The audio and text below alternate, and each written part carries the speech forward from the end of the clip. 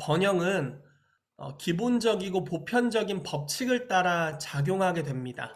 오늘은 특별히 번영의 보편적인 법칙에 대해서 보게 될 건데요. 그 법칙을 우리가 뭐라고 하냐면 뿌림과 거둠의 법칙이라고 이야기를 해요. 뭐 쉽게 말해서 뭐 심고 거둠의 법칙이다. 심은 것을 거둔다. 콩 심은 데 콩 나고 팥 심은 데 팥 난다. 뭐 이런 어떤 번영의 법칙에 대한 이야기를 하려고 합니다. 뿌림과 거둠의 법칙은 성별, 인종, 국적, 여러분들의 수입 이런 것들과 무관하게 이걸 사용하는 모든 이들에게 작동하고 있어요. 그래서 오늘은 이러한 보편적 법칙들에 중점을 두고 특별히 농업과 자연적인 예와 성경의 언급들을 같이 보도록 하겠습니다. 저는 농사를 지어본 적이 별로 없지만 네, 아주 단순한 농사에 대한 부분들을 나누도록 하겠습니다. 자, 우리의 삶 가운데 마주하는 가장 큰 도전 중에 하나는요, 아마 저는 가장 큰 도전이라고 생각해요. 돈을 어떻게 다루는가, 인 것 같아요. 근데 하나님이 이 부분을 정말 의도적으로 다루기를 원하세요.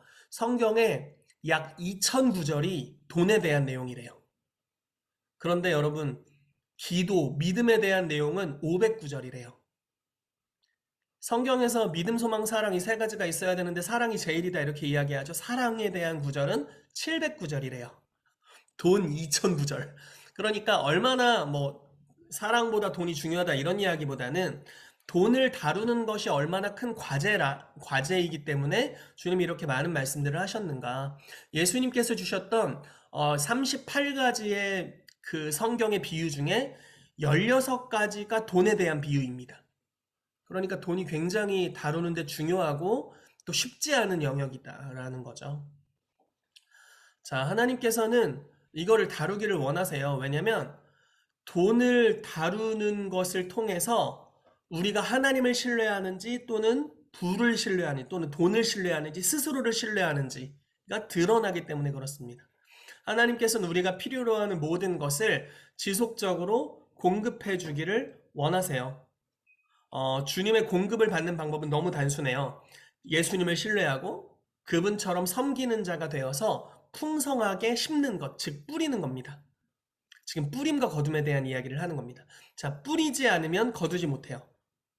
어떤 농부가 그냥 자기의 밭을 바라보고 있는 거예요. 그러면서 추수를 기다리고 있어요. 어떤 사람이 와서 묻습니다. 뭐 하세요? 추수를 기다리고 있어요. 뭐 심었어요? 아무것도 안 심었는데요. 네, 이 농부는 바보예요. 왜냐하면 심지 않은 것을 거둘 수 없기 때문에 우리는 반드시 심은 것을, 즉 뿌린 것을 거둘 수 있게 돼요. 오늘 이러한 원리에 대해서 여러분들과 함께 살펴보기를 원합니다. 창세기 8장 22절 말씀을 볼게요. 본문 말씀 제가 PDF 파일에 적어놨죠. 창세기 8장 22절 말씀입니다. 땅이 있을 동안에는 심음과 거둠과 추위와 더위와 여름과 겨울과 낮과 밤이 쉬지 아니하리라 이렇게 말씀합니다. 자, 땅이 있을 동안에는 심음과 거둠이 계속될 것이다. 이 자연적 법칙 또는 영적 법칙이 계속해서 일어나게 될 것이다 라고 말씀하고 있어요. 그래서 오늘날도 이것이 일어나게 됩니다. 자, 농사에 관련된 이야기를 좀 해보도록 하겠습니다. 예수님께서 제자들에게 말씀하실 때 농사에 관련된 표현을 많이 사용하셨어요. 어, 예수님의 비유 중에 농업에 관련된 비유가 9가지나 있대요. 38가지 비유 중에 9가지 비유가 농업에 관련된 거래요. 그리고 예수님은 농업 분야를 잘 이해하셨어요. 왜냐하면 주변이 다 농지였거든요. 갈릴리도 농지, 그리고 어부들이 또 활동하는 곳이었죠. 자, 갈릴리는 농업이 주요 산업이었습니다. 그래서 어디를 가든지 무화과, 뭐 포도, 올리브 이런 다양한 작물들을 재배하는 논과 밭이 있었어요. 그래서 당연히 예수님 말씀하실 때 농사와 관련된 예를 들으셨죠. 자, 농부라면 누구나 농업에 관련된 보편적인 법칙들이 있다는 것을 압니다. 가장 우선시되는 게 심어야 거둔다라는 불변의 법칙이에요. 이걸 피할 길이 없어요. 농사를 지으면 그게 유일한 방법입니다. 저희 아버지께서 농사를 지으시는데, 저는 빨리 그만두셨으면 좋겠는데, 아무튼 너무 힘겨워 보이세요. 한 번은 그 배추를 심었어요. 근데 그 해가 배추 풍년이었습니다. 여러분 이게 무슨 소리인지 아시죠? 배추를 심었는데 배추 풍년이면 배추를 팔 데가 없어요. 배추를 거두는 인력, 그러니까 인건비가 더 들기 때문에 배추를 팔지 않고 밭을 밀어버리는 경우들이 있어요. 아무튼 그때가 그랬어요. 고구마를 심으면 고구마 풍년이었어요. 이런 식으로 너무 안타까운 일들이 계속 됐었는데 어찌됐건 무언가를 심으면 이제 그것들을 거두게 되는 거죠. 저희가 이제 그런 것들을 경험한 적이 있습니다. 자, 지혜로운 농부는 자신의 책임이 뿌리는 데에 있다는 것을 깨달아요. 씨를 뿌리는 것, 심는 것에 있다는 걸 깨닫습니다. 그러면 하나님께서 씨앗이 자라 추수가 되게 하실 것입니다. 그래서 농부가 먼저 뿌려야 추수가 있게 된다. 자, 여러 가지 법칙들을 좀 볼 건데요. 농업에 관련된 법칙을 좀 여러 가지 살펴보고 그게 번영과 어떤 관련성이 있는지, 번영도 동일한 법칙으로 돌아가게 되거든요. 특별히 이번 주에는 주님께 예물을 드리는 영역에 대한 심고 거둠에 대해서 이야기를 할 거예요. 근데 여러분 이게 전부는 아니에요. 왜냐면 우리가 성경적 원리를 따라서 또 하나님의 말씀을 따라서 실제로 일을 해서 재정을 창출하는 또 한 가지의 영역이 있습니다. 주님께 드리는 한 영역, 그리고 주님의 감동을 따라 우리가 실제로 수고해서 재정을 창출하는 이 두 가지 영역이 다 있어요. 그래서 두 가지가 다 완비가 되어야 하기 때문에 이번 주는 주님께 예물을 드리는 영역에 좀 더 집중할 거고요. 다음 주는 재정을 창출하는 영역에 좀 더 집중해서 말씀을 나누도록 하겠습니다. 자, 뿌림과 거둠의 법칙의 여러 가지 요소들을 좀 보도록 하겠습니다. 뿌림과 거둠의 법칙이 잘 적용되기 위해서는 첫 번째로 제일 중요한 것이 땅을 일구는 거예요. 예를 들어 좋은 씨앗이 있다고 하더라도 땅이 좋지 않으면 많은 열매를 거두지 못합니다. 그래서 땅을 잘 개간하는 게 필요해요. 잡초도 뽑아주고 뭐라고 해야 될까요? 돌들도 이렇게 잘 던져주고 고랑도 잘 내줘서 물들이 잘 통하게 해주고 이런 이제 땅을 일구는 작업이 먼저 선행되어야 합니다. 자, 첫 번째 법칙입니다. 보존의 법칙입니다. 다음 해 내년도에 뿌릴 종자를 먹으면 안 돼요. 농부라면 누구나 자신의 작물을 낭비해서는 안 된다는 것을 알고 있어요. 다음에 심을 씨앗을 비축해 둬야 됩니다. 아무리 배가 고파도 농부는 종자를 먹지 않아요. 예를 들어 옥수수 농사를 지었어요. 너무 배가 고파. 추수가 별로 없었어. 그래서 막 쫄쫄 굶는 거예요. 그래서 너무 힘들어서 다음에 씨앗으로 뿌릴 옥수수 종자까지 먹어버렸어요. 그럼 다음 해에는 전혀 소망이 없는 거죠. 이해되시죠? 그래서 아무리 힘들어도 다음에 뿌릴 종자를 먹지 않아요. 그리고 남겨둡니다. 그리고 다음에 그것을 뿌려요. 그래서 종자를 남겨둔다. 이게 이제 보존의 법칙입니다. 올해 거둔 작물 중에 일부분을 떼어 다음에 종자로 남겨두고 나서야 거둔 나머지를 소비할 수 있어요. 왜냐면 이렇게 해야 미래의 추수가 계속되기 때문에 이제 그렇게 하는 거죠. 그래서 첫 번째 법칙이 보존의 법칙이에요. 종자를 남겨야 된다. 자, 두 번째 법칙입니다. 상호 법칙입니다. 무엇이냐면 농부들은 뿌린 대로 거두는 것을 알아요. 즉 옥수수를 심었으면 옥수수를 거둘 거다. 밀을 심었으면 밀을 거둘 거다.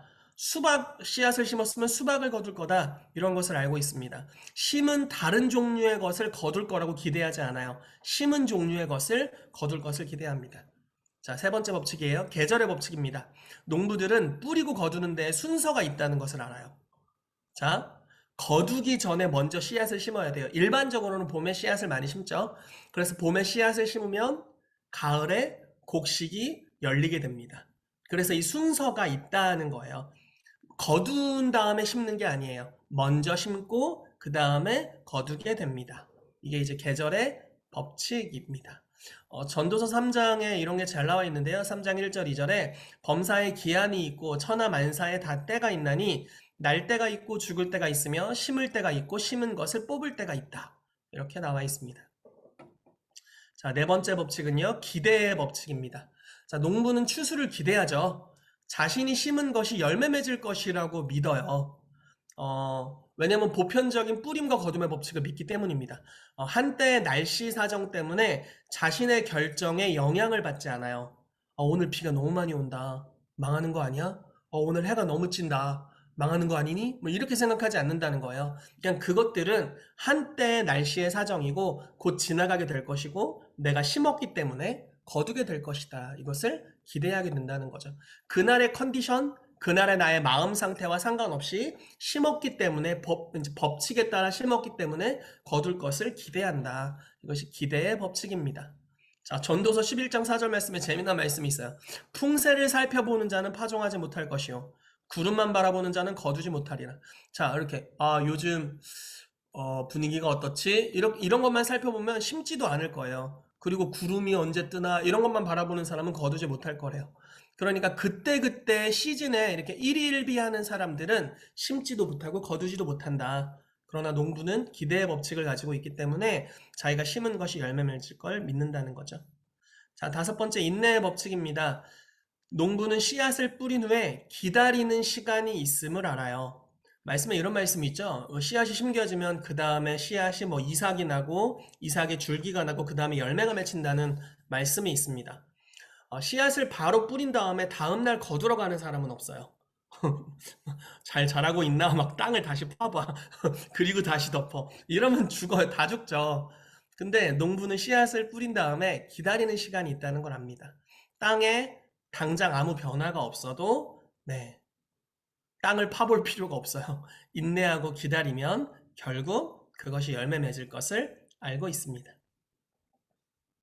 자, 여섯 번째 비례의 법칙입니다. 이 뭐냐면 농부라면 뿌린 것을 비례하여 거두게 될 것을 기대해요. 예를 들어 100만 평의 옥수수를 심었으면 200만 평 땅에서 옥수수를 거둘 것을 기대할 수 없어요. 그렇죠? 100만 평에 심었으면 100만 평에서 거둘 것을 기대합니다. 심겨진 씨앗에 대해서 제한한 만큼 내가 여기만 심을 거야 라고 제한한 만큼 수확 작물도 제한될 겁니다. 그래도 고린도후서 9장 6절 말씀에 적게 심는 자는 적게 거두고 많이 심는 자는 많이 거둔다 이렇게 말하고 있죠. 네, 일곱 번째로 증대의 법칙입니다. 우리가 엘리야우스 표현으로는 증가의 법칙이라고 표현할 수 있어요. 자, 작물은 종자를 불려줘요. 예를 들어 옥수수 나달 하나를 뿌리면 나달 하나를 거두는 게 아니라 옥수수 알맹이 있잖아요.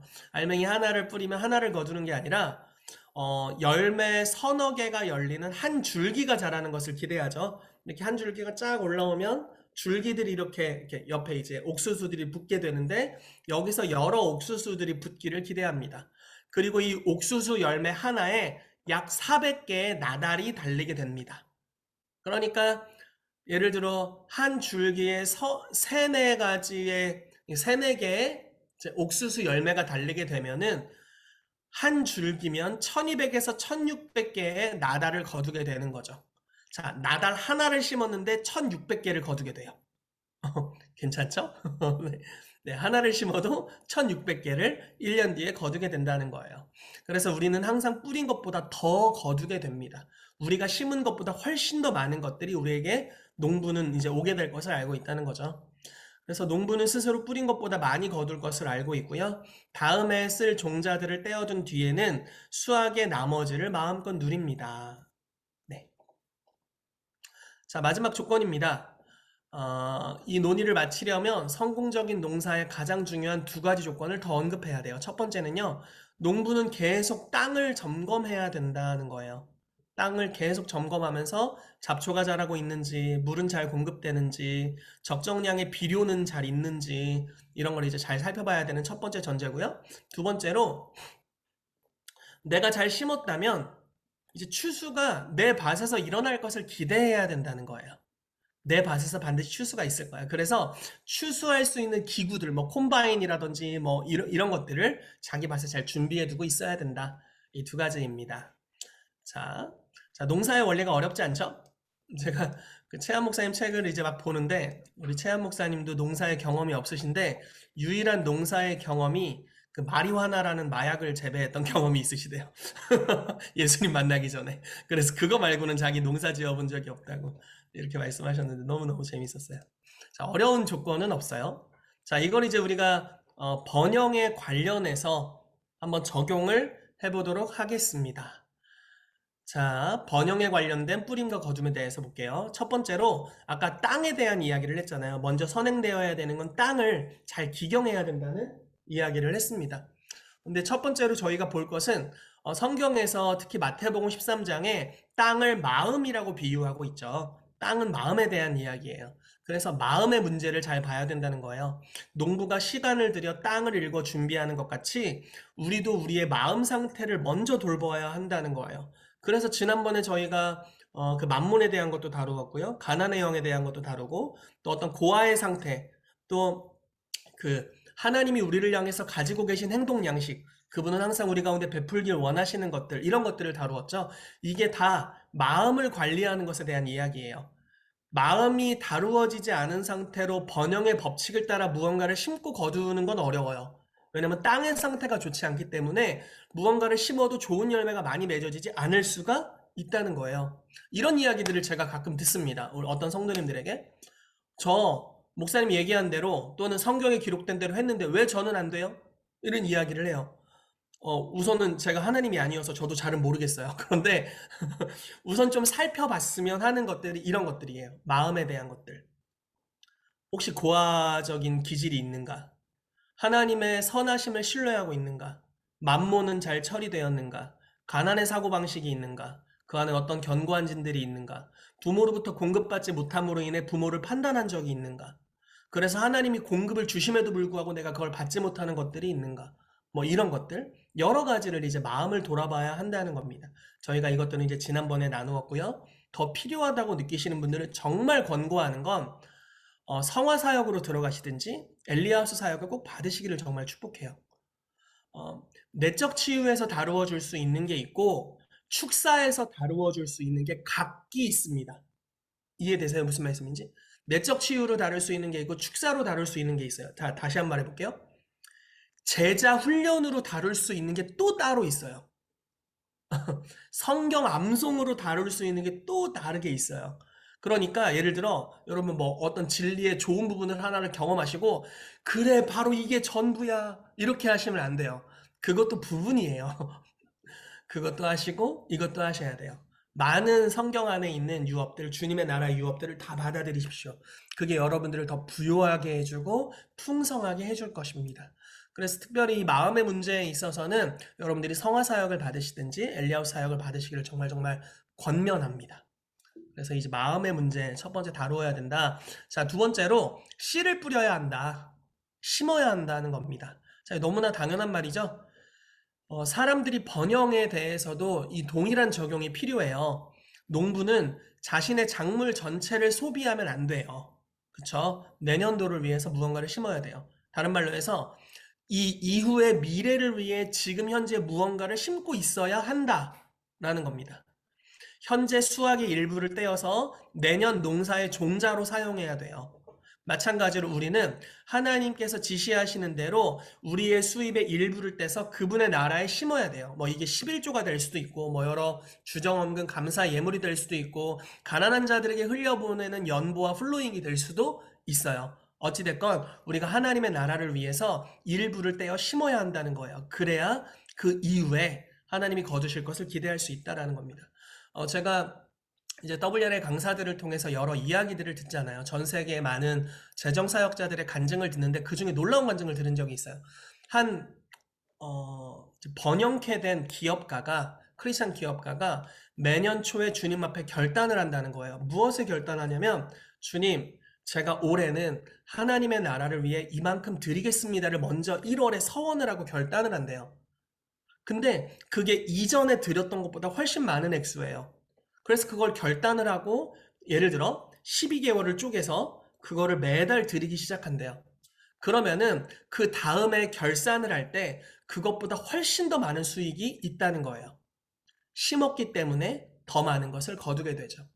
그리고 그 다음에는 또 주님 앞에 서원하면서 결단하는 거예요. 최한 목사님도 이런 방식으로 자기의 11조 생활을 1%, 2%씩, 5%씩 늘려갔대요. 그래서 주님께 드리는 것을 점점 더 늘려갔다고 합니다. 지금은 수입의 50 몇 프로를 드리시는 걸로 알고 있어요. 근데 그 나머지로 훨씬 더 부유한 삶으로 나아가고 있어요. 왜냐하면 많이 심었기 때문에 많이 거두게 되는 것이죠. 자, 하나님을 신뢰하는 것을 우리가 여기서 배워가게 되는 것입니다.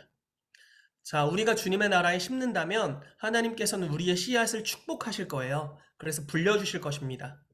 그렇지만 주님께서 무언가 일을 시작하실 수 있도록 먼저 드려야 한다는 거예요. 어떤 분들이 이렇게 말할 수 있어요. 나갈 돈이 너무 많아요. 저 빚이 많아요. 드릴 게 없어요. 나 월급도 조금 받아요. 그래서 나 드릴 게 하나도 없어요. 이렇게 얘기할 수도 있습니다. 근데 너무 안타까운 사실은요. 이들이 깨닫지 못하는 것은 재정적인 씨앗을 심지 않으므로 결핍의 사이클 안에 스스로 가두고 있어요. 이게 벗어날 길이 없잖아요. 그래, 어려운 거 알아. 그래, 어쩔 수 없지. 축복해. 근데 그 사이클 안에 계속 사는 거예요. 왜냐면 주님의 나라를 위해 심는 게 없기 때문에 내년도에 거둘 게 없어요. 그리고 계속 결핍이 있죠. 또 심는 게 없어요. 거둘 게 없어요. 계속 결핍이 있어요. 그래서 거기서부터 벗어나기가 어렵죠. 만약에 우리가 재정적인 어려움이 있는 사람들을 대상으로 정기적으로 주님의 나라에 심을 수 있도록 도와주고 권면하고 용기를 주고 그리고 하나님께서 그들의 필요를 어떻게 채우시는지를 보고자 한다면 정말 그러한 결과물들을 여러분 볼 수 있게 될 것입니다. 최한 목사님의 하나의 간증이 있는데 교회에서 큰 집회를 열었대요. 그래서 전 세계에서 많은 선지자들과 사도들이 와서 이제 컨퍼런스를 하는 거죠. 근데 한 이제 교회 성도님이 최한 목사님에게 오셔서 이렇게 얘기를 하는 거예요. 목사님, 지난주에 제 남편이 잘렸고요. 제가 이번 주에 직장에서 잘렸어요. 저희 가정이 지금 너무너무나 어려운 상황입니다. 그리고 저는 지금 돈이 너무 없어서 차도 팔았어요. 근데 하나님께서 이런 감동을 주세요. 제가 지금 마지막 남아있는 재정이 약 200만 원 정도가 되는데 이거를 당신에게 심으라는 감동을 주십니다. 이렇게 얘기하는 거예요. 그래서 최한 목사님이 너무 당황해서 무슨 말이냐. 그 없는 중에 그걸 심으면 너 이제 어떡할라 그러니?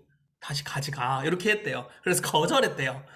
그런데 이제 이분이 재정의 원리를, 이 성도님이 재정의 원리를 이해하시는 분이었어요. 그래서 이거를 가만히 있을 수 없다. 강사로 오신 신디 제이콥스에게 일르자 해가지고 신디 제이콥스 선지자에게 가서 막 일렀어요. 그랬더니 신디 제이콥스가 막 그 성난 황소처럼 막 코에서 막 빨간 바람을 뿜으면서 자기에게 달려오더래요. 최양 목사님에게 달려오더래요. 그러면서 막 삿대질을 하면서 네가 성경을 믿기는 하냐 이러면서 막 혼내더래요. 네가 이 성도에게 심을 수 있는 기회를 빼앗았기 때문에 이 성도가 계속 가난하게 있으면 네가 책임질 거냐 이렇게 이야기를 하더래요. 그리고 네가 이걸 받아야 한다. 그래서 억지로 받았대. 진짜 억지로 받았대요. 그리고 나서 그날 저녁에 이제 강사가 신디 제이콥스였어요. 이 사연을 이제 헌금을 인도하는 시간에 이야기를 한 거예요. 그리고 헌금을 인도하면서 이렇게 이야기를 한 거예요. 오늘 우리가 이 성도님의 삶에 같이 심기를 원합니다. 이렇게 이제 얘기를 한 거예요. 그래서 헌금을 다 걷어서 그 성도님에게 줬는데 약 1,000만 원이 넘는 헌금이 그 성도님에게 흘러가게 됐어요. 근데 그것만 해도 너무 괜찮잖아요? 근데 거기서 끝난 게 아니에요. 그 다음 주에 훨씬 더 고액의 연봉을 받는 회사로 둘 다 취업이 됐고 차도 다시 회복할 수 있었고 모든 직위를 다시 회복할 수 있었어요. 훨씬 더 넘치는 차원으로. 자, 하나님께서 어떤 방법으로 역사하시는지를 우리가 보게 되는 거죠. 내가 만약에 가난 가운데 있다면 가난의 사이클을 끊을 수 있는 뭔가를 믿음으로 심고 행동해야 된다라는 것입니다. 여러분, 그러나 이거 자발적으로 하지 않으면 아무 소용이 없어요. 그래서 여러분들이 만약에 이런 사이클을 끊기를 원한다면 주님께 심는 것부터 시작해야 합니다. 작게부터 우리가 시작할 수 있어요. 자, 세 번째 원리입니다. 뿌린 대로 거둔다, 즉 심은 대로 거둔다라는 겁니다. 우리는 심은 종류의 것을 거두게 될 거예요. 자, 어떤 분은 이렇게 말할 수 있습니다. 저는 주님께 헌금은 못 하는데요. 시간을 드리고 있어요. 주님, 저는 여러 사역으로 섬기고 있어요. 저는 많은 사람들을 가르치고 있어요. 네, 이거 너무 좋은 거예요. 중요한 겁니다. 그리고 여기에 분명한 상급이 있어요. 근데 재정적 상급은 아니에요. 이해되세요? 자, 시간을 주님께 드려서 섬겼어요. 그리고 많은 이들을 존중했어요. 그럼 어떤 걸 거두게 될까요? 존중하는 자는 존중을 받게 돼요. 이해되시죠? 많은 이들을 섬기면 하나님이 그 사람에게 리더십을 주세요. 왜냐면 섬기는 자가 리더이기 때문에. 그리고 우리가 예를 들어 제가 예언의 은사를 가지고 여러 사람들을 예언으로 섬겼어요. 그럼 하나님께서 동일하게 제 미래를 축복하실 뿐만 아니라 제 예언적인 기름 부심이 훨씬 더 증가될 거예요. 왜냐면 제가 예언으로 섬겼기 때문에. 그러나 재정에 대한 것은 아니에요. 이해되시죠? 심은 종류의 것을 거두게 돼요. 자, 농부는 고구마를 심고 고구마를 기대합니다. 고구마를 심고 밀을 기대하거나 수박을 기대하지 않아요. 근데 우리는 자주 하나님 앞에 시간을 드리고 재정을 기대해요. 그쵸? 존중을 드리고 재정을 기대합니다. 치유 사역을 심고 재정을 기대해요. 이건 잘못된 거예요. 심은 것들을 거둘 수 있게 될 거예요. 그래서 우리가 이런 부분에 너무 필요 이상으로 영적으로 접근할 필요가 없습니다. 그냥 심은 종류의 것을 거두게 된다. 그래서 여러분 지금 제가 돈이 전부라고 이야기를 하는 게 아니에요. 이 파트가 지금 재정에 대한 영역이기 때문에 재정을 거두길 원한다면 재정을 심어야 된다는 이야기를 하고 있습니다. 자, 네 번째로요. 먼저 뿌리고 나서 그 다음에 거둔다라는 거예요.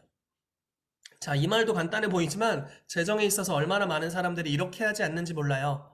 뿌리지 않고 열매를 기다리는 농부 같은 모습이 많이 있어요. 자, 이런 사고방식을 쉽게 볼 수 있죠. 충분히 돈을 갖게 되면 그때 베풀게요. 주님 나에게 돈 주세요. 그럼 내가 주님한테 빡 이렇게 드릴게요. 뭐 이런 고백을 안 하시는 분들 내가 거의 들어본 적이 없어. 주님 로또만 되면 제가 주님의 나라를 위해 드리겠습니다. 성전 지어드릴게 주님. 약간 이런 방식의 이야기를 많이 하는 것 같아요. 근데 아니에요 여러분. 이거 순서가 잘못된 거예요. 먼저 주님께 드리세요. 그러면 그 다음에 거두게 될 거예요. 네, 충분한 돈을 갖게 되면 그때 가난한 자들을 돕겠습니다. 아니에요. 지금부터 가난한 자를 돕기 시작해야 돼요. 자, 먼저 뿌리지 않으면 거둘 수가 없어요. 무언가를 먼저 심어야 합니다. 어떤 사람들이 이렇게 이야기하잖아요. 돈 벌려면 돈 있어야 돼. 돈이 돈을 벌어. 맞는 이야기예요. 경제학적으로 뿐만 아니라 성경적으로도 돈을 심어야 돈을 거둬요. 이해되세요? 네. 재정을 심어야 재정을 거둘 수 있어요. 그래서 우리가 심는 종류의 것을 거둔다라는 것을 알 필요가 있습니다. 자, 하나님께서는 먼저 하나님의 나라에 심으라고 하셨어요. 힘든 건 아닙니다. 왜냐면 하나님께서 그것을 불려주시겠다고 약속하셨기 때문이에요. 그래서 무엇을 심든지 여러분들이 거두게 되실 겁니다. 자, 다섯 번째 원칙입니다. 법칙이에요. 하나님을 신뢰하고 돌아올 것을 기대해라. 자, 농부가 날씨와 상황이 자신이 뿌리고 거두는 것을 변화시키지 못하게 합니다. 무슨 말이냐면 그날의 날씨와 상황에 따라서 자기의 그 심은 것이 거두지 못할 거라고 믿지 않는다는 거예요. 날씨와 상황이 안 좋아도 내가 심었기 때문에 거두게 될 거야. 이렇게 믿는다는 거죠. 심으면 추수가 있을 것을 기대합니다. 우리도 마찬가지로 이 번영에 대한 하나님의 약속에 초점을 맞춰야 돼요. 주변 상황이나 사건들이 아니라. 만약에 우리가 주님께 심었다면 주님께서 돌려주실 것을 기대할 수 있어요. 때로는 우리의 주변의 경제 상황이 안 좋을 수 있고, 직장의 여건에 어려움이 있을 수 있고, 수입의 정도가 갑자기 차이가 이제 어려움이 생길 수가 있죠. 그럼에도 불구하고 하나님의 말씀은 모든 것 위에 뛰어납니다. 풀은 마르고 꽃은 시들지만 여호와의 말씀은 영원히 서 있어요. 그래서 온 땅에 존재하는 것보다 하나님의 말씀이 더욱 실제이십니다. 더욱 역사하는 힘이 크세요. 그렇기 때문에 우리가 무언가 주님의 나라에 심었다면 거둘 것을 반드시 기대할 수 있습니다. 자, 잠언 3장 9절 10절에 그래서 이렇게 말씀합니다. 너의 재물과 너의 소산물의 처음 익은 열매로 여호와를 공경하라. 그리하면 내 창고가 가득히 차고 내 포도즙 틀에 새 포도즙이 넘치리라. 이렇게 말씀하셨죠. 자, 우리가 처음 익은 열매로 주님을 섬기면 주님께서 우리의 창고를 채우신다라고 약속하고 계십니다. 여기 뭐 다른 전제가 붙어 있지 않죠. 날씨가 좋을 때 그렇게 해주겠다 이렇게 나와 있지 않습니다. 좀 더 살펴보길 원하는 것은요. 기다리는 자에게 결국 좋은 일이 찾아오게 된다라는 겁니다. 씨앗을 심은 후에 농부가 이제 작물이 자라고 열매가 열리기를 기대를 하죠. 즉각적인 변화가 없다고 해서 추수가 될 것을 의심하지 않습니다. 신실하게 들여왔는데 아직도 재정적인 돌파가 없다고 불평하는 사람들을 좀 볼 수 있어요. 그런데 왜 아직 돌파가 일어나지 않는지에 대해서 때로는 어떤 경우에는 근원적인 마음의 문제가 있을 수 있어요. 그리고 또 하나 인내하고 씨름하는 법을 배우기를 원하시기 때문에 그럴 수가 있어요. 이게 참 우리 마음을 어렵게 하는 부분인데 갈라디아서 6장 9절 말씀이 이 부분을 잘 이야기해 줍니다. 우리가 선을 행하되 낙심하지 말지니 포기하지 아니하면 때가 이름에 거두게 될 거다. 이렇게 말씀하고 있어요. 자, 포기하지 않으면 때가 이름에 거두게 될 거예요.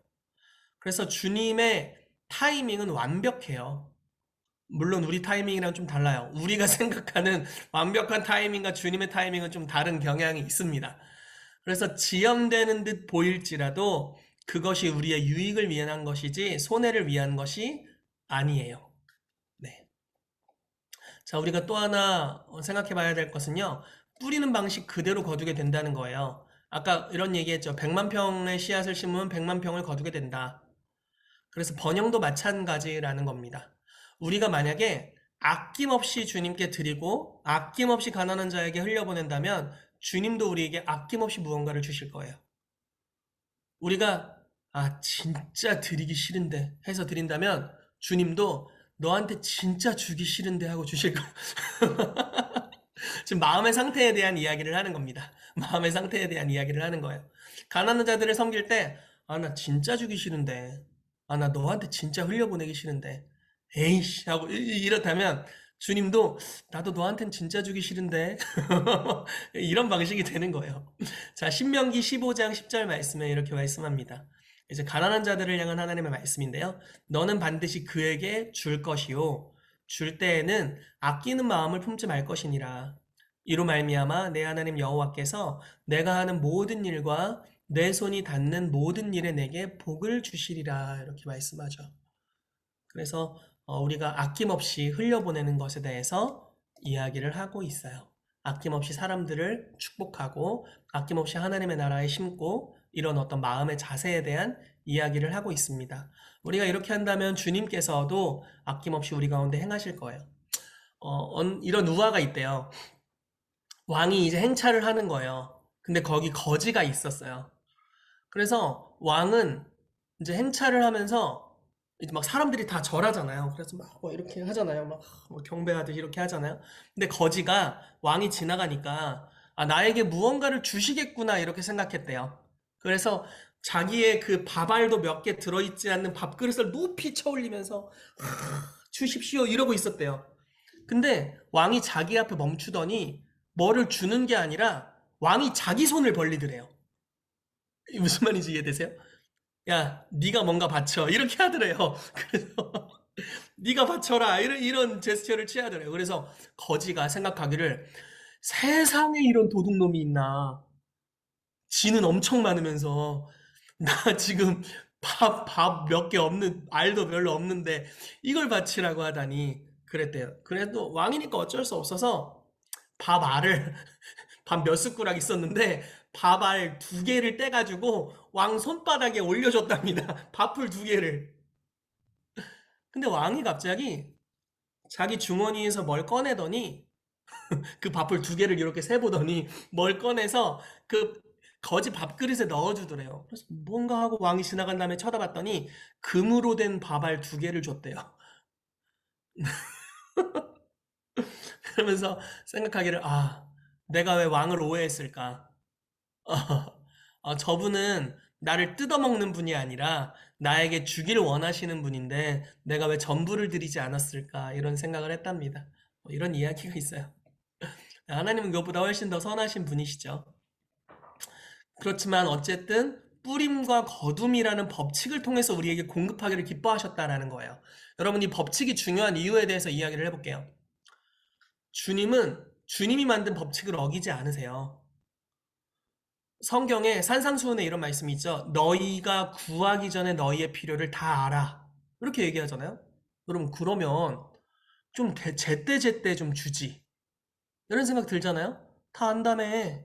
제때제때 좀 주시지. 근데 주님 뭐라고 말씀하시냐면 그래서 기도해라 이렇게 말씀하세요. 주님은 기도를 통해 주기를 기뻐하셨어요. 그게 주님이 정한 법칙이에요. 이해되시나요? 주님은 모든 사람이 다 구원받길 원한대. 그러면 자기가 좀 구원하시지. 고린도전서에 말씀하기를 전도에 미련하는 것을 통해서 사람들을 구원하길 기뻐하셨도다. 이게 그분이 정하신 법칙입니다. 그래서 우리의 전도가 사람들의 구원에 영향을 미쳐요. 아무도 멸망치 않고 다 구원받게 하길 원하시지만 만약에 교회가 그에 따라 제대로 반응하지 않는다면 여전히 멸망하는 사람들이 있을 수밖에 없는 그 법칙을 사용하신다라는 겁니다. 예수 그리스도께서 부요하신 이로써 가난하게 되심은 너희를 부요케 하기 위해서이다. 오케이, 알겠어. 주님 부요케 해주세요. 아니에요. 그렇기 때문에 너희가 심어라 이렇게 말씀하시는 거예요. 심고 거둠을 통해서 부요함을 주기로 번영을 주기로 결정하셨어요. 자, 세 번째로 좀 더 알아볼 것은 뿌린 것보다 많이 거둔다라는 겁니다. 우리는 뿌린 것보다 더 많이 거두게 될 거예요. 자, 농작물이 씨앗보다 증가하지 않는다면 농부는 결코 성공할 수 없을 겁니다. 우리 이혜림 집사님이 사과 농사를 짓고 계신데 만약에 사과 씨를 하나 심으면 사과 하나를 수확하는 게 아니잖아요. 수십 년 동안 어마어마한 사과 열매가 맺히는 사과나무 한 그루가 자라게 되는 거죠. 씨앗 하나를 심었는데 한 번 열매 맺는 게 아니라 수십 년 동안 수많은 사과가 열리는 사과나무를 씨앗 하나를 통해 우리가 재배하게 됩니다. 그래서 씨앗이라는 작은 투자를 함에도 불구하고 꽤 큰 수확을 남기게 되는 것이죠. 자, 우리가 또 하나 살펴볼 것은요. 추수에 집중하는 겁니다. 이게 너무 중요한 원리인데요. 무슨 말이냐면 이제 농부가 추수 때가 되면은 추수할 수 있는 뭐 콤바인이라든지 뭐 이런 추수의 기구들을 자기 밭에 둡니다. 그래서 우리도 하나님께서 주시는 추수에 초점을 맞춰야 되는데 우리가 이런 게 있을 수 있어요. 예를 들어 약간 고아의 마음이 있으면 이런 거예요. 부모님이 계신데 선물을 나눠주는 거예요. 그래서 첫째, 둘째, 셋째, 내가 다섯째 되는 거예요. 셋째, 넷째까지 나눠줬어요. 그럼 왠지 나에게 돌아올 분량이 적게 느껴질 수가 있다는 거예요. 이해되세요? 예를 들어서 오늘 같은 날 얘기해 볼게요. 오늘 6명이 예언 사역을 해줬어요. 자, 1번 예언 사역자 누구를 예언했어요? 퍼센트 확률이 내가 받을 확률이 좀 줄어드는데 2번 예언 사역자 다른 사람이 내가 받을 확률이 더욱 줄어드는데 3번, 4번, 5번 혹시 너무 적어 확률이 적다. 마지막도 내가 아니었어. 그럼 주님이 날 사랑하지 않나 봐. 이렇게 느껴질 수 있다는 거예요. 이걸 가르쳐 고아의 영리 그렇게 이야기를 하는 거예요. 근데 여러분 잘 들어보세요. 하나님에게는 자원의 제한이 없으세요. 주님께서 우리의 심은 것들을 다 계수하고 계세요. 그리고 우리는 다른 사람의 밭에서부터 추수하는 게 아니에요. 우리 마음의 밭에서부터 추수하는 거예요. 만약에 우리가 많은 섬김을 심었다면 주님께서는 그 섬김을 기억하고 계세요. 그리고 가장 적정한 추수의 타이밍에 우리 안에서부터 그걸 거두게 하실 것입니다. 여러분 요셉을 보세요. 답이 없잖아요. 요셉이 종으로 팔렸어요. 답이 없죠. 요셉이 감옥에 갔어요. 답이 없어요. 근데 하나님이 거기서도 기억해서 건지세요. 다니엘 가세 친구 포로로 잡혀갔어요. 아무 소망이 없어요. 승진의 소망도 나라를 되찾을 소망도 아무 소망도 없습니다. 근데 그 가운데서 주님이 그들을 기억하셔서 높이세요. 하나님의 영광을 위해 사용하세요. 심은 것은 어떤 방식으로든 반드시 거두게 하세요. 우리가 다른 사람의 추수밭에서 거두어지는 걸 보면서 와, 저 사람은 됐는데 왜 나는 안 되지? 이렇게 생각할 필요가 없다는 거예요. 주님, 저 사람도 심었고 나도 심었는데 저 사람 지금 빵빵 잘 나가는 것 같은데 나는 왜 그래요? 이렇게 생각할 필요가 없어요. 왜냐면 저 사람이 심은 건 저 사람 밭에서 거둘 거고 내 밭에서 심은 것은 내 밭에서 주님이 반드시 거두게 하실 거예요. 무슨 말씀인지 이해가 되시죠? 근데 거둘 때 누르군들어 넘치도록 거두게 하실 거예요. 우리의 구하거나 생각하는 것에 더 넘치도록 거두게 하실 것입니다. 좀 한두 가지 이야기만 더 하고 마무리하기 원합니다. 비료에 대한 이야기를 할 건데요. 거름이라고 얘기하면 좋겠죠. 거름은 좋은 냄새는 아닙니다. 만약에 여러분들의 집에 누가 거름을 선물로 가져왔다면 그건 좋은 냄새는 아닐 거예요. 네. 저도 거름을 많이 뿌려봤습니다. 아버지의 대추밭에 거름을 많이 뿌려봤는데 결국 좋은 냄새는 아니에요. 그렇지만 반드시 필요한 양분이고 식물을 키우는 데 씨앗이 자라는 데 있어서 반드시 필요한 영양분입니다. 동일하게 우리의 삶 가운데도 이 비료와 같은 시험 또는 도전들이 찾아오게 된다는 거예요. 즉 어떤 기대치 않는 환난들, 어려움들이 우리의 삶에 찾아오게 된다라는 겁니다. 로마서 5장 3절과 4절 말씀을 보면요. 이렇게 말씀하고 있어요. 다만 이뿐 아니라 우리가 환난 중에도 즐거워하나니 이는 환난은 인내를, 인내는 연단을, 연단은 소망을 이루는 줄 알미라 이렇게 말씀하고 있습니다. 자, 원하지 않게 환란이 찾아온대요. 그런데 우리가 그 가운데서도 즐거워할 수 있대요. 왜 그런 줄 아세요? 이게 비료거든요. 기쁘진 않아. 어려움이 오는 게 절대 기쁘지 않아요. 근데 이거를 거쳤기 때문에만 얻을 수 있는 게 있어요. 여러분 보세요. 저는 요즘 저희 교회에게 그걸 많이 느껴요. 좋은 훈련들을 제공해 줄 수 있어요. 뭐 예언을 가르쳐 줄 수 있고 치유 축사를 가르쳐 줄 수 있어요. 그리고 내적 치유 사역을 통해서 마음에 있는 쓴뿌리들을 뽑아줄 수도 있어요. 많은 것들을 해줄 수 있어요. 근데 못 해주는 게 한 가지 있어요. 환란을 주는 거예요. 이게 무슨 말이냐면 하나님은 사람들의 환경을 주관하세요. 그래서 그 환경 중에 여러 도전을 받게 하시고 그것이 마음의 갈등을 일으키고 우리 안에 있는 여러 가지 어려움들이 드러나게 하세요. 근데 그 과정을 거쳐야만 생기는 성품이 있어요. 그 과정이 없었다면 그 존재가 될 수 없었을 거예요. 다윗이 그 어려운 시험의 과정을 통과하지 않았다면 예수 그리스도가 다윗의 자손으로 나올 만한 든든한 사람은 아니었을 거예요. 어, 저는 성경에서 참 냉혹하다고 느끼는 것 중에 하나가 왜 하나님이 아브라함에게 이삭을 바치라고 했을까? 자식을 줘놓고 테스트를 하고 이삭을 바쳐라. 그리고 지켜보시죠. 되게 무섭지 않아요? 지켜봐요. 쭉 아무 말도 안 해. 뭐 아브라함에게 미리 알려주지도 않아요. 사실 저기 가면 양 하나 예비돼 있어. 죽이는 신용만 혀. 뭐 이런 것도 없어. 진짜 죽이도록 결단하고 정말 순종하는지를 끝까지 보시잖아요. 그리고 나서 그 테스트가 완전히 통과되고 나서 주님 뭐라고 말씀하시냐면 이제야 네가 하나님을 경외하는 줄을 내가 안다. 그전엔 몰랐나 봐. 그전엔 몰랐나 봐요. 아니죠. 그전에도 아셨죠. 근데 이 과정을 통과해야만 일깨워지는 게 있어요. 이 과정을 통과해야만 하나님이 주시는 깨어남이 있습니다. 그래서 하나님께서는 재정을 통해서 우리를 도전하시고 훈련하세요. 왕으로서 다스리는 법을 배우게 하시려고. 자, 여러분, 음, 우리는 세상을 무서워서 피하도록 부르심받지 않았어요. 다스리고 정복하도록 부르심받았어요. 우리는 만몬이 무서워서 돈을 피하는 자들로 부르심받지 않았어요. 가는 곳마다 만몬의 권세를 깨트리고 가난을 깨트리고 가난한 자들에게 복된 소식을 증거하는 자로 부르심받았죠. 그렇기 때문에 이 재정에 대해서도 이러한 도전들을 여러분 받아들이시기를 축복해요. 연단이 있다면 피해가지 마십시오. 견디시고 믿음으로 심는 걸 해보시고 주님을 신뢰하는 법을 테스트 받으시고 그러면서 이걸 통과하셔야 돼요. 불을 다스리는 것들을 반드시 통과해야 돼요. 현대를 살고 있는 크리스찬이라면 이 부분이 당연히 통과해야 될 너무 중요한 주제입니다. 자, 우리가 불을 지배할 것인가?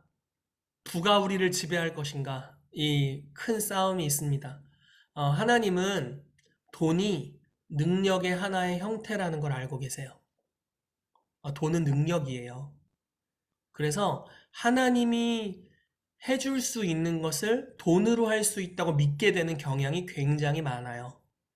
돈으로 사람의 존귀함을 왔다 갔다 하게 할 수 있고, 사람을 사고 팔 수 있고, 네. 그런 경우들이 너무 많죠. 그래서 돈이 다른 무엇보다도 우리 마음의 갈망과 동기를 드러내 줍니다. 그래서 주님이 이거를 테스트 하실 거예요. 우리의 재정 자세를 주님이 테스트 하실 겁니다. 그리고 여러분들이 그걸 통과하게 되시기를 정말 축복해요. 그 책에 하나의 예화가 있었는데 너무 재밌는 예화였어요. 한 어린 딸이 농부인 아빠한테 조랑말을 사달라고 했대요. 크리스마스 선물로. 그러니까 조만한 말 한 마리를 사달라고 한 거죠. 근데 아빠가 아무리 설득해도 야 그거 없어. 줄 돈도 없고 너에게 그걸 선물해 줄 사람도 없어. 산타클로스도 그건 안 줘. 이렇게 얘기를 했대요. 근데 그럼에도 불구하고 이 딸이 계속해서 기다렸다라고 합니다. 근데 하루는 갑자기 비료 냄새가 나더래요. 그러니까 누가 택배 배송을 잘못 시켜가지고 이웃집 아저씨가 택배 배송을 잘못 시켜가지고 이 아저씨네 집에 비료가 도착한 거예요. 근데 딸이 학교 갔다 집에 오고 나서 막 방방 뛰면서 아빠 얼굴에 막 뽀뽀하면서 고맙다고 했대요. 아빠 조랑말을 사주셔서 감사해요. 이렇게 막 뽀뽀를 했대요. 이게 무슨 일인가 봤더니 그러니까 말이 죄송해요. 똥을 싸잖아요. 비료 냄새랑 이 똥 냄새랑 똑같았던 거야. 이렇게 똥 냄새가 많이 나는 걸 보니 조랑말이 왔다라고 믿었던 거예요. 이 무슨 말인지 이해되세요? 그러니까 여러분, 여러분들의 삶에 어떤 시험이 오거든, 아, 추수 때가 왔구나 이렇게 생각하시라는 거예요. 여러분들의 삶에 좀 똥 냄새가 난다 싶거든, 아, 이 테스트가 통과된 이후에 나에게 놀라운 선물들이 있다라고 믿으시게 되시기를 정말 축복합니다. 야고보서 말씀을 나누면서 여러분들과 좀 마무리하고 싶습니다. 이렇게 말씀하고 있어요. 야고보서 1장 2절에 4절 말씀에 내 형제들아 너희가 여러 가지 시험을 당하거든 온전히 기쁘게 여기라. 이는 너희 믿음의 시련이 인내를 만들어내는 줄 너희가 알미라. 인내를 온전히 이루라. 이는 너희로 온전하고 구비하여 조금도 부족함이 없게 하려 함이라. 아멘. 여러분들이 여러 가지 시험을 당할 때 기쁘게 여기세요. 왜냐면 이게 인내를 만들어 줄 겁니다. 그리고 인내를 이루면 조금도 부족함이 없는 사람이 될 거예요. 그래서 주님 앞에 심은 것에 대한 결과물들이 여러분들의 삶에 오게 될 것입니다. 목회자로서 재정에 대해서 메시지를 나누는 것은 굉장한 도전이에요. 왜냐하면 오해를 받기가 너무 쉽거든요. 아, 저 인간이 돈을 밝히는구나. 이런 오해가 너무 쉽고, 그리고 종교 영역에서 돈을 밝힌다는 이미지는 최악이에요. 그렇잖아요. 그렇지만 저희 교회에게 이 메시지가 너무 중요한 거라고 믿어요. 그리고 저도 이 메시지를 증거하는 데 있어서 가난의 영의 사고방식으로 종교적으로 포장하고 싶지 않습니다. 그리고 만몬의 영의 사고방식에 저와 여러분들이 다 잠식되지 않기를 원해요. 그래서 여러분들을 정말 축복하는 것은 다음 주에 또 다른 주제를 다룰 거예요. 재정을 창출하는 것에 대한 이야기를 할 겁니다. 그러나 이번 주에 우리가 뿌림과 거둠에 대해서 이야기할 때 분명하게 말씀드리는 것은 하나님의 나라에 심는 만큼 거두게 될 거예요. 여기서 어떤 분들은 재정 영역의 부르심이 아닐 수도 있어요. 근데 어떤 분들은 재정 영역의 부르심이 있을 수 있습니다. 그렇다면 반드시 심는 영역의 시험을 통과하세요. 주님께 드리고 주님으로부터 그것들이 받아지는 것에 대해서 여러분들이 경험하셔야 됩니다. 만약에 여러분들의 삶에 지금 가난의 사이클이 있다면, 계속 빚을 지고 있다면 어떻게든 구별해서 주님께 드리기 시작하세요. 성경은 과부의 두렙돈에 대해서 이야기를 하고 있죠. 많은 부유한 사람들이 헌금을 많이 드렸어요. 근데 주님께서는 저들보다 과부가 제일 많이 드렸다 말씀하세요. 왜냐하면 생활비 전부를 넣었기 때문에. 여러분, 주님은 그걸 성전에서 다시 꺼내가지고 두렙돈 꺼내, 야, 네가 이걸 드리면 어떡하니? 라고 말씀하지 않으셨어요. 잘했어. 네가 제일 잘했다. 이렇게 말씀하세요. 왜냐면 하나님의 갚으심에 거두게 하시는 능력을 예수님을 신뢰하시니까. 여러분, 동일하게 이 시간 축복합니다. 우리 가운데 재정에 부르심이 있다면 심는 시험을 반드시 통과하세요. 그리고 여러분들의 삶에 가난의 사이클이 있다면 여러분 이제 구별하셔야 돼요. 내년도를 위해서 또는 여러분들의 미래를 위해서 없는 중에 아껴서 주님께 심으세요. 그것이 없다면 사이클이 끊어지지 않을 거예요. 그러나 믿음으로 심기 시작하면 주님께서 그것이 거두게 되게 하실 것입니다. 그것이 빚을 청산하게 할 거고 우리는 더 많이 드리고 더 많이 거두게 될 거예요. 그것이 우리의 삶에 번영의 사이클을 우리의 삶에 가져오게 될 줄로 믿습니다. 네, 제가 잠깐 기도하고요. 우리 주님께 자유롭게 좀 예물 올려드리고 네, 예배를 마치도록 하겠습니다. 제가 잠시 여러분들을 위해 기도하면서 한 가지 같이 기도할게요. 주님, 우리가 심는 것을 배우기를 원합니다. 농부를 통해서 배우기를 원합니다. 농부는 뿌린 것이 거두어질 줄 믿고 있습니다. 우리가 번영에 대해서 먼저 그의 나라와 그의 의를 구하라고 말씀하셨는데 하나님의 나라에 심는 법을 배우기를 원합니다. 크리스찬에게 이 주제는 굉장히 어려운 주제이고 또 우리가 가난의 사고방식을 가지고 있다면 이것은 어떤 면에서는 경건치 않은 모습으로 보일 수 있지만 주님 우리가 그것들을 거절하고 우리가 이 재정의 원리에 대해서 주 앞에 반응하길 원합니다. 오늘 우리가 믿음으로 심을 때 추수를 주시는 하나님, 나의 밭에 우리가 심은 재정에 대해서 재정적 추수를 주실 것을 기대합니다. 주님께 우리의 삶에 있는 것들 여러 가지를 드리고 재정을 힘싸우니 주님 영광을 받아 주십시오. 그리고 우리의 사고방식을 변화시키시고 우리가 여러 시험을 받을 때 연단되게 해주셔서 우리가 이 시험을 통과하고 결국 하나님이 주시는 재정적 놀라운 번영과 은총 가운데로 들어가게 되도록 우리의 삶을 사용하여 달라고 우리 한 1, 2분 정도 짧게 좀 기도하도록 하겠습니다. 같이 기도하겠습니다.